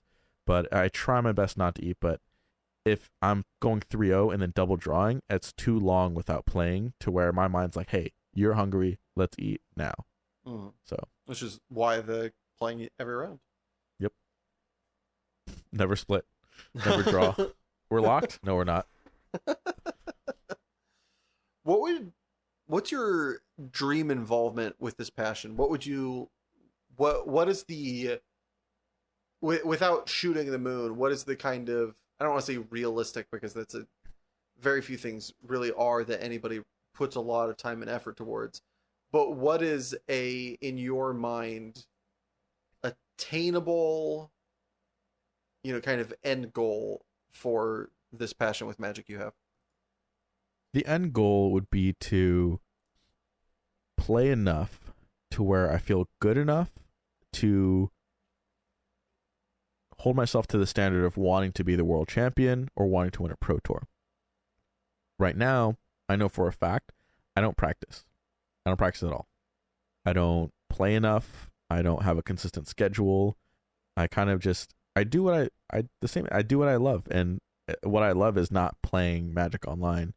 I mean, it is vintage cube drafting season, so I do love that actually. But outside of that, like I kind of just like chilling, hang out with the boys on Discord, and I'm not like, even though that's a goal of mine, like a distant goal of mine, I know that right now I can't set that as a goal for myself because I'm not working towards that goal. So if I'm having an unrealistic goal, because anything right now, any goal that I have right now is unrealistic if I'm not practicing in my mind, right? Because like there's tournaments where like I just have like reasonable fundamentals to where I can just go in and I can be in a high percentage to just like win the tournament. Whenever I go to like the Midwest, like statistically I would say that like if I go to a Midwest tournament, I am above 50% to like top 8, I want to say, if not win the tournament. And Okay. that's what it feels like, I guess. But Numbers don't lie that much, so yeah, I'd say that's fair. and when I practice, that confidence in my practice shows through. And I don't know if you ever like showed up to a tournament and you're like, I'm winning this tournament. Like no one's going to stop me winning this tournament. And I when I'm practicing, that's how I feel. And typically I do win the tournaments when I feel like that way. Just because like typically my goals are always like very realistic. And yeah. So short answer, world champion. But not right now. Yeah. Maybe when I have more of a direction, and I guess right now like I have time. I just have no avenues to do that in the short amount of time. So Yeah. If there's someone that you could work with or collab with in Magic, who would you want it to be? You know, you get to cherry pick a teammate. oh, um, collab with. Oh, like so. What if I'm like trying to make like a team? What do you mean? Just like collab with, or like be on the same testing team? Yeah, in this case, I guess be on the same testing team. I definitely Isaac. Yeah, that guy's really good. He's qualified for Worlds. It'd be nice to be on a testing team with that guy. That'd be cool. I mean, I'll take the compliment, but for realsies. I don't know. Nathan Stoyer's one of my friends, and he is the reigning world champion. And it would be nice to be able to be at his level or near his level to where I could like be in a testing group with him. But at the moment, like again, that would be if I started playing and practicing. I just right now I don't feel like I'm playing enough to not be a waste of everybody's time if I'm on a testing team. But I would say like yeah, that I want him to be like my it's not my peer. What's the word? Just somebody that's like we're in the same level, right? When we're Yeah. competing. So So what to before we move on, what is kind of stopping you seeing as the, you know, you do want to be world champion? Is it just that Magic Online is too much of like a, you know, a dissident game to real life Magic? What is it that like is holding you back from like pushing yourself to really facilitate that where you think you could be world champion given the right breaks and opportunity? I think it's the difference between having a paper testing team and an online testing team. I think it's maybe a mental block when it comes to that, just because my passion is paper Magic, Okay. and the best way to test is online with other people from around the world that are because quality and proximity don't usually go hand in hand unless it's like a coincidence or you guys are there like on purpose, if that makes sense. So Yeah. like say you Google like an auto body shop, right? Odds are it's not going to be the shop that's a mile from your house. It's going to be a shop that's, you know, some distance around but has like really good reviews, and like statistically it's going to be a shop, like one shop out of like 20, and like you being in that location doesn't, like, numbers wise it'd have to be a coincidence if you're in that location for that spot. Yeah. Same thing for Magic players. Like obviously there's hubs like Southern California, spots on the East Coast like Florida, and then like Madison. Madison. I was gonna say Madison, Wisconsin, where there's just really really solid players in there, and they kind of like I feel they all just like bring each other up as far as like how things or how they like perceive and play Magic and learn from each other. And there's that in the different states and the different countries. And so in order to play with people who are better than you, typically it has to be online. And even though paper is least efficient, I feel like I learn a lot while I'm playing paper. And I learn a decent amount when I'm playing online as well. It's just it feels, I don't know, it feels like home playing on paper. It's comfortable. Do you see yourself ever kind of pushing yourself past that area of comfort, or do you think it would take you know, that kind of serendipity, that like local group being good enough for you to make that leap to worlds?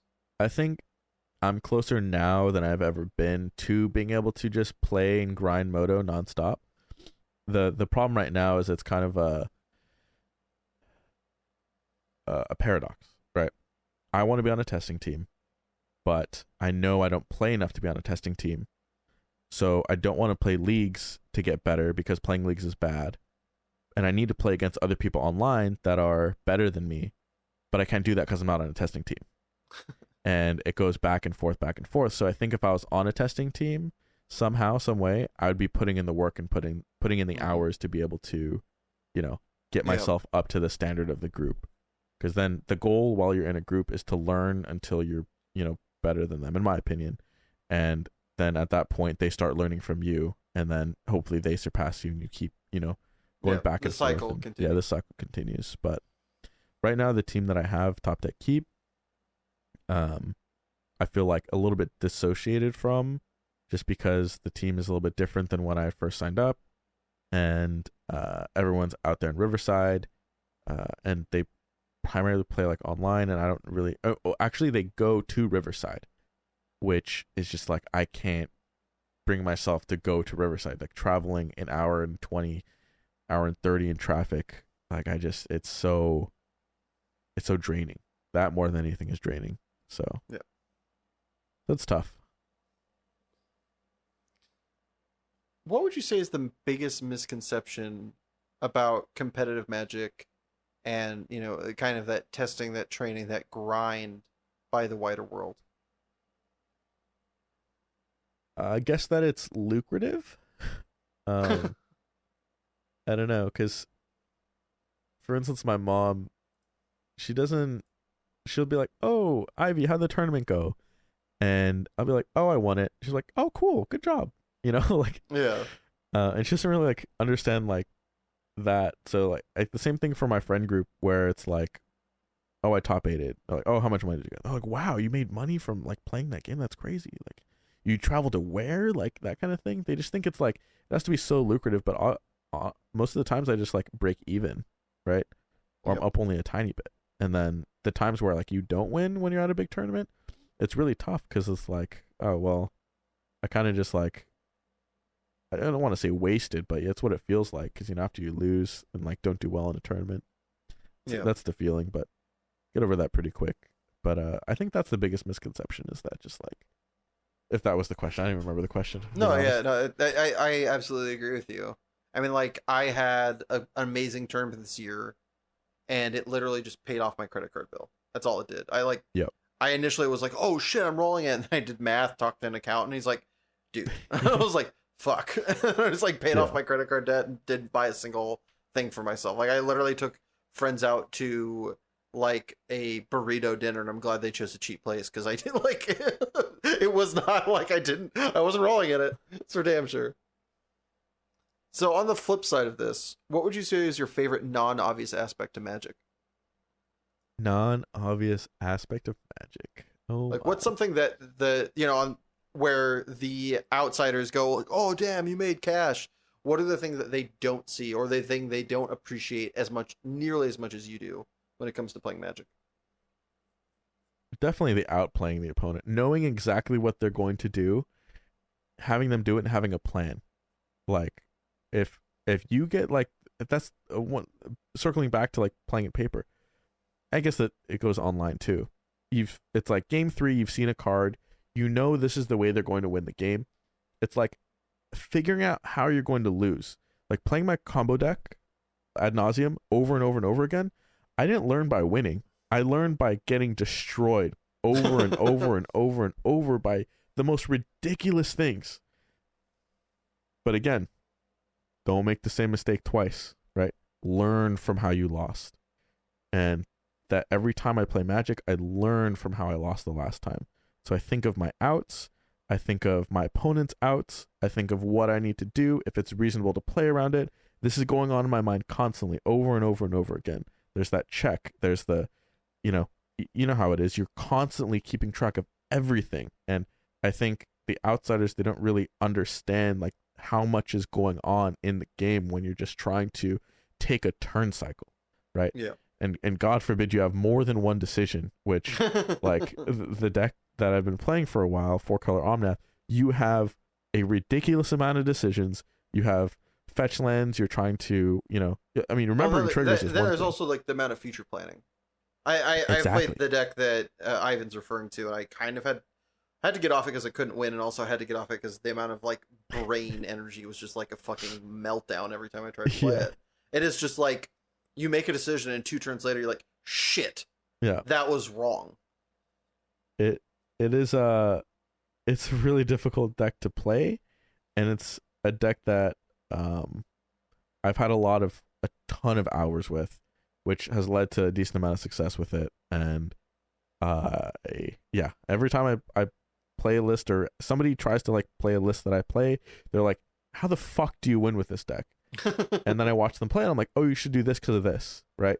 But that's the same thing when you focus on one thing, which is what I like doing in Modern, is playing a deck. I played ad nauseum for like 3 to 5 years or something before I sold it and realized this is handicapping myself. Like, I'm trying to win with a pile of dog shit, and it's working sometimes, but a pile of dog shit is not going to beat a well-oiled machine that my opponents have. So I would say that the biggest thing is just people who don't play Magic at a high level don't really appreciate how much is going on and what you're thinking about. And then I think the funniest part of that is when I do something, I've held this card the entire game, and I'm like, this is the perfect window to play this card. My opponents, they've used all their answers to it. They've gone through everything, and then I play it and they go, nice top deck.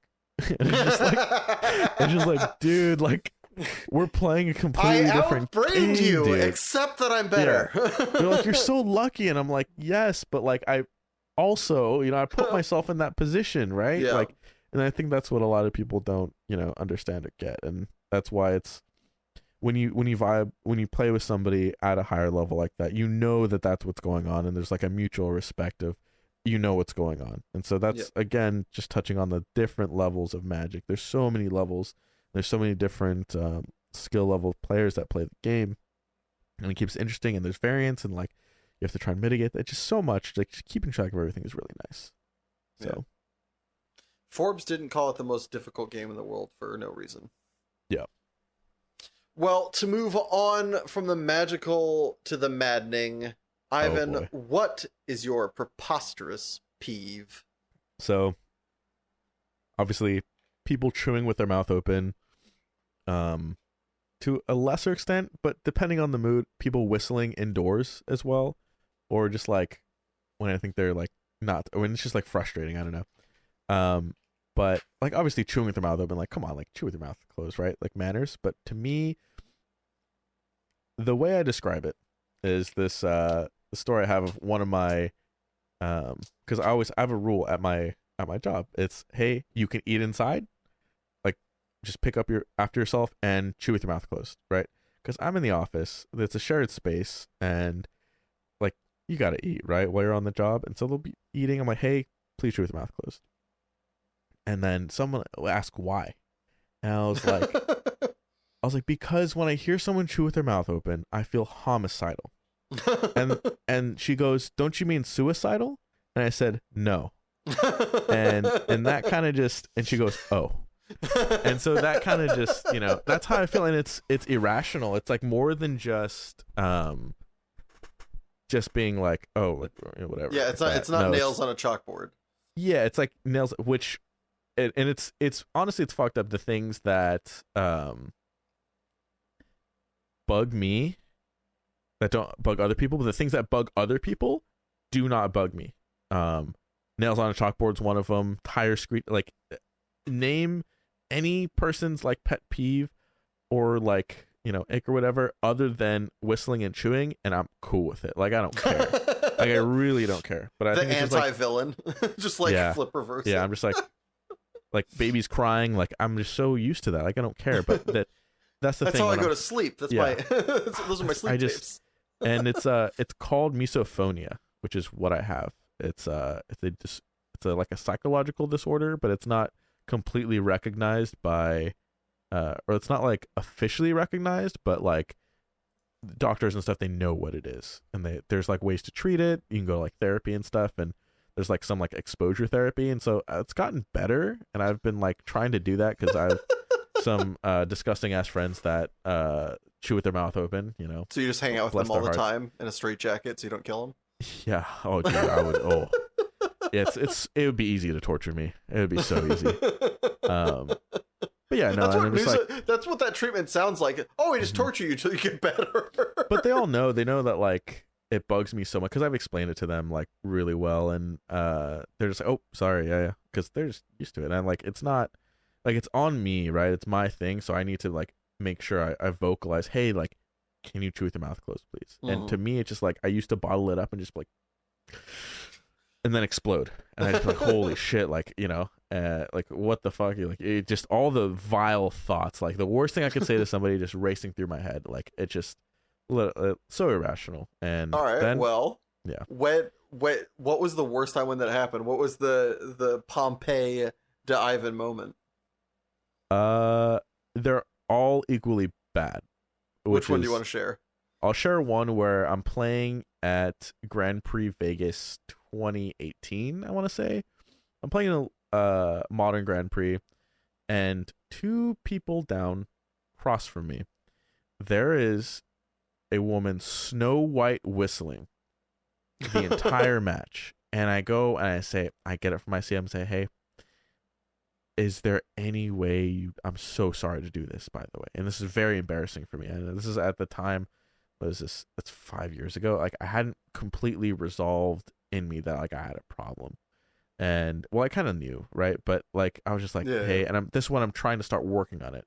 And so I'm just like on the verge of tears, just like saying, hey, like if you are, I'm trying to get words out. I just fucking can't. And I'm like, can you please stop whistling? And I can't focus. And she goes, fine. And I'm like, oh shit, okay, cool, that worked. And then she did it again, and then she like, I look at her and she looks at me, she's like, it's a habit. And I'm like, jeez, like this lady, like I can't. Obviously I got fucking dumpstered in the match also, so that didn't help. It just I was playing ad nauseum, obviously, and my opponent was playing humans, and that's not a winnable matchup. Yeah. Just Get rid battling major ad nauseum. But yeah, that just like thankfully it was a savage beating, and I was up from my table in 15 minutes. But that was because that was at the time where I tried my best because I sat through it for like 5 minutes, and then I was just like, I'm gonna blow my fucking brains out. Like I can't do it. I'm gonna kill everybody in this room. When you said savage beating, I thought you went over and Oh no, yeah. I mean, I did the way, and just trying to reel back in my psyche after that is just so difficult. And then when it stops, back to normal me, like nothing happened. Fucking just maybe a spike in blood pressure or something like. But yeah, it's just irrational, just horrible. Yeah, but I'm working on it, so I can tolerate people chewing with their mouth open a tiny bit longer, but then eventually it still gets to the same point. So I'm hoping that eventually by this exposure therapy and just like telling myself that, hey, it's fine. Like Yeah. it's fine. Like this is like it shouldn't be that bad, right? Like trying to rationalize it to my irrational self has been working a little bit. So trying that, and then yeah, I've just gotta go to therapy or something. I just don't know. But figure it out. Well, congratulations on the work, and I'm always a big proponent of therapy. But Mhm. either way, we're gonna have to now head to our second ad break.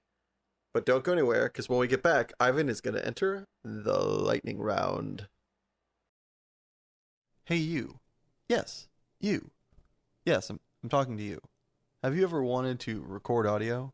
Or perhaps fiddle with recorded audio? Maybe even record audio of a fiddle and then fiddle with said audio?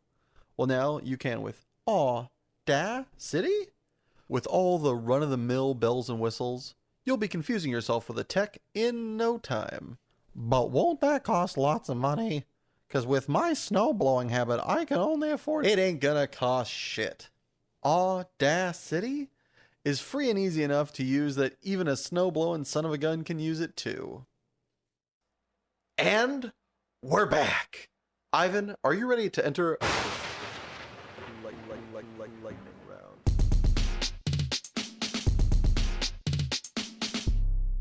The lightning round. Oh, I'm already in. All right, put however much time it takes to make this cookie on the clock. Ivan, is there a price for you to give up your passion forever?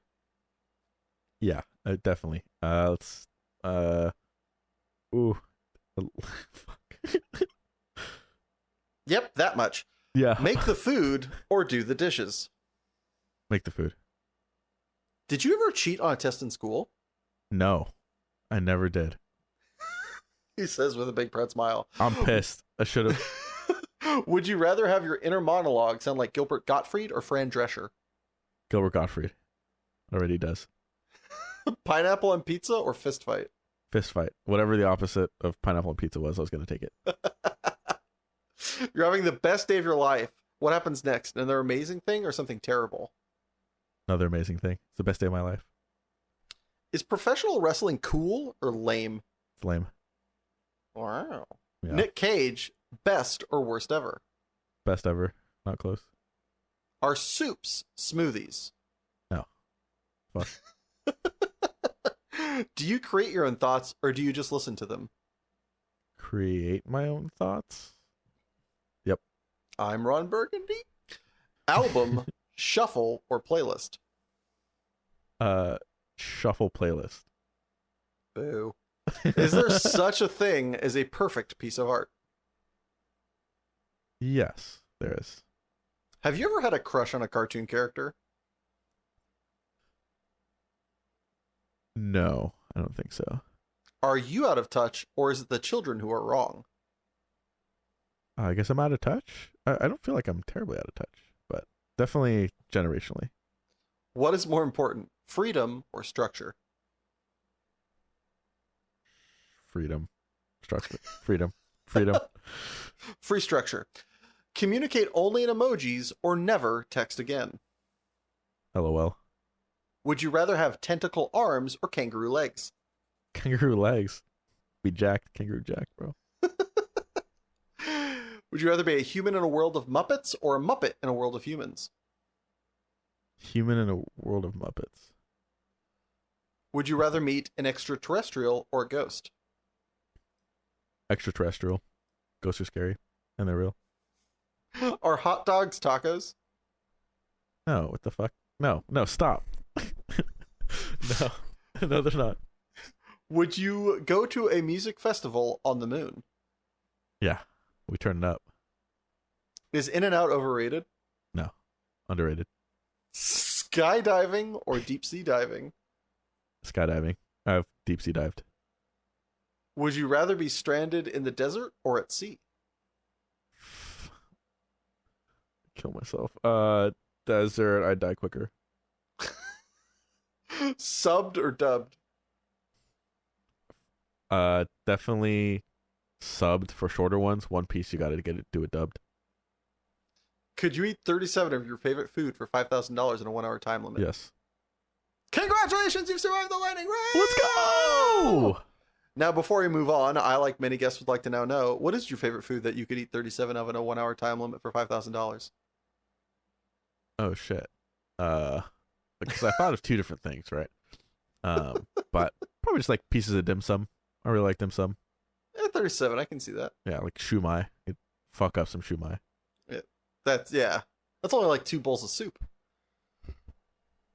Right? Shumai's the soup dumpling, right? No. That's xiaolongbao.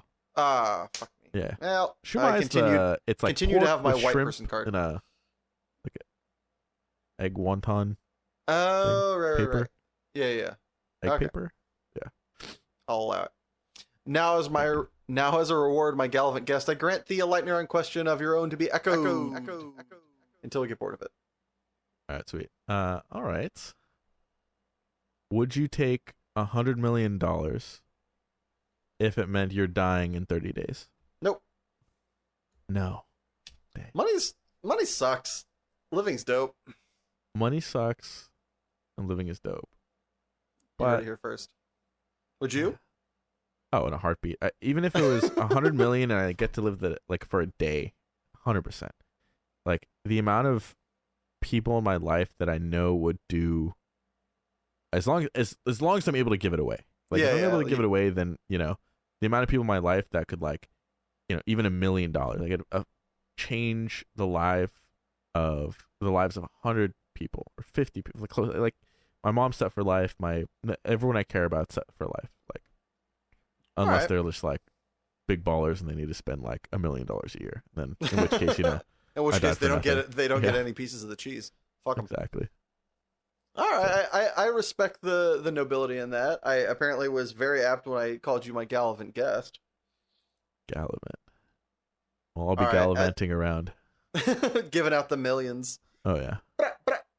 All right, as we come to a close here, anything you want to plug, shout outs you'd like to give, places people can find you or your content? Yes. Shout out to Top That Keep. They've been there for me time and time again. The owner, Rick, Jeff actually drove out with me to Pennsylvania because my roommates had to go the week before. He's a homie. He's just like definitely a fantastic friend. Just I can't say enough kind things about Jeff. He's just like one of the best people I ever meet. He's passionate about Magic, and he has the team Top Deck Keep. And it's his passion project, and he just loves competitive Magic. He really does. Shout out to Vini Fino, very funny. Carlo, Eli, Martini, just everybody in the little friend group. Love them all, and look forward to a lot of meals with them as well. And then all the Midwest peeps as well that are cool. And then also, if you want to find me, I have my Patreon link on my Twitter, and my Twitter is at Ivan Pablo MTG. So that's where you could find me. Hell yeah. Well, thank you, Ivan, for being my guest today, and a special thanks to my editor, Richard Ashford, and my composer, Joshua Gibbons. And thank you, yes, you listening at home, or wherever you found time to appreciate this. Time is the most precious commodity we have, and I appreciate you spending yours with us. If you enjoyed this podcast, please subscribe, like, or just share with a friend. Every little bit helps. Or if you already have and are out of episodes to listen to, don't worry. We put out a new episode every Monday at midnight on SoundCloud, YouTube, Spotify, and iTunes at Passionate People and Preposterous Peeves Podcast. And a very special thanks are due to our patrons. Sabella Yellow. If you'd like to join such illustrious ranks and have your name read aloud, just head on over to patreon.com/Passionate People and Preposterous Peeves Podcast. And remember, folks, if days are numbered and songs are sung, at the end of the day, I think we've all won. So please stick around, because great things have only just begun.